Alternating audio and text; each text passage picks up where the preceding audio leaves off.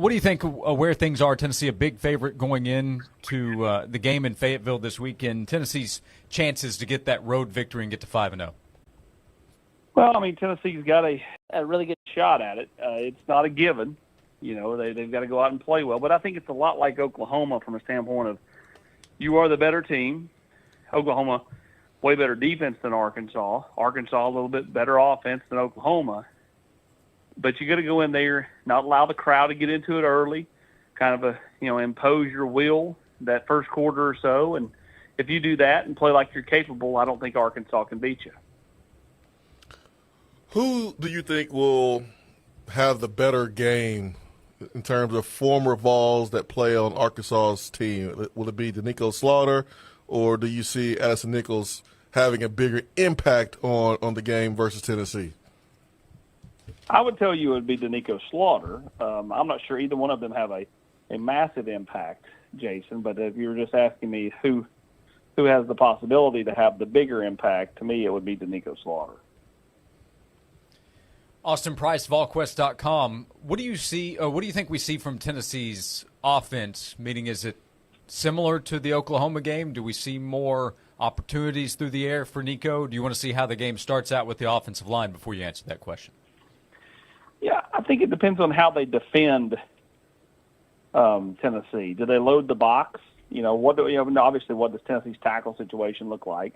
But I mean, do they load the box? Even if Tennessee's back to full strength at tackle, how do they play them? If they load the box, then Tennessee's going to, I think, get 3 receivers and, try to wing it all over the field. And if they, try to keep Tennessee from throwing it over their head, I think Tennessee's very comfortable in handing it off to Dylan Sampson and Deshaun Bishop and, the rest of those backs and letting them do their thing.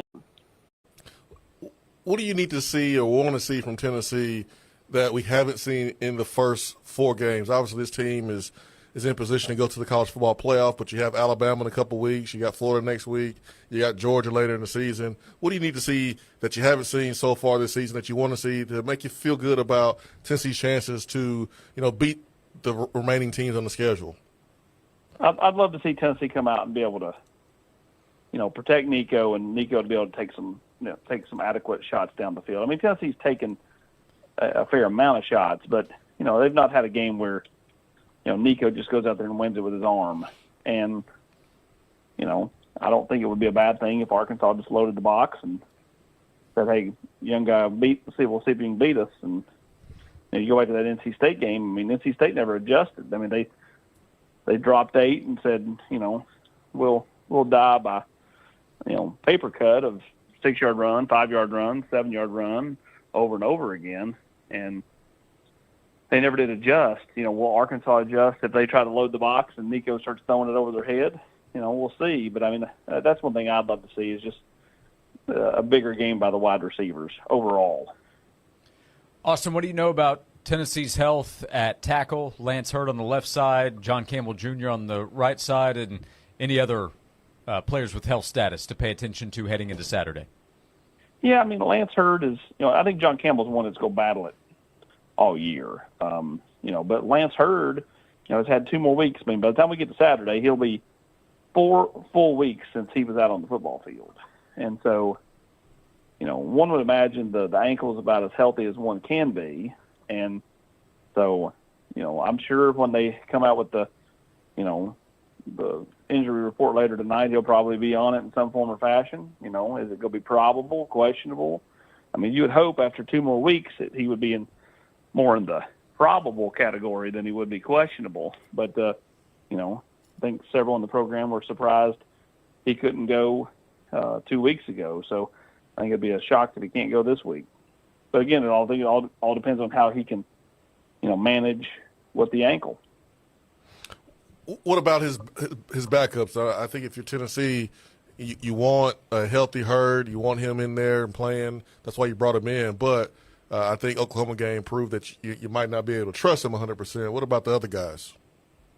Well, I think you have to feel like Larry Johnson got in some decent work against Oklahoma. Was he perfect? No. I thought, between he and Dane Davis, I thought Larry was the stronger of the two, which if you had told me that before the game, I'd have told you you're crazy.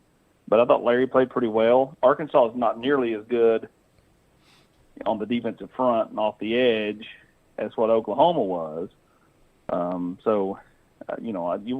You would think if they were able to hold up in Norman, they'd be able to hold up in Fayetteville. Tennessee did a really nice job when they were in Norman of not having any pre-snap penalties, right? They had a holding call. That's going to happen. That happens at home.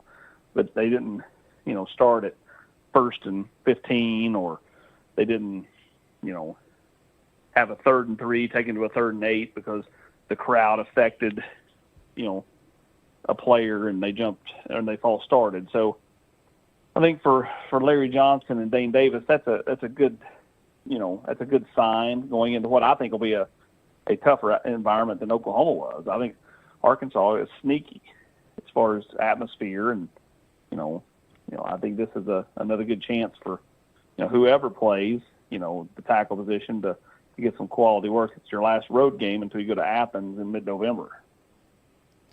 Yeah, it is a road game for Tennessee this week. Then Tennessee will have back-to-back home games, which I imagine from a recruiting standpoint will be important. This past weekend, linebacker commit Jaedon Harmon visited Alabama for the Georgia game, his former Bama commit. I think he'll be in Knoxville this month, maybe a couple of times. But the latest with Jaedon Harmon committed to Tennessee after visiting Alabama this past weekend. Yeah, continue to have really good dialogue with Tennessee during the visit, after the visit. It's supposed to be here the next 2 weekends. One of them is an official visit. And, like I told somebody earlier this week, Tennessee's recruiting the right kind of players, and other schools are a little bit worried about what Tennessee's doing when it's not just 1 or 2, it's several of this class that, other teams are trying to poach. It's Travis Smith, it's Shady Hayward. Obviously, Douglas Utu already flipped. But, there's several that are hearing from, quality rivals, quality opponents, other big-time Power 5 program or Power 4 programs. And so, I think it's great for Tennessee.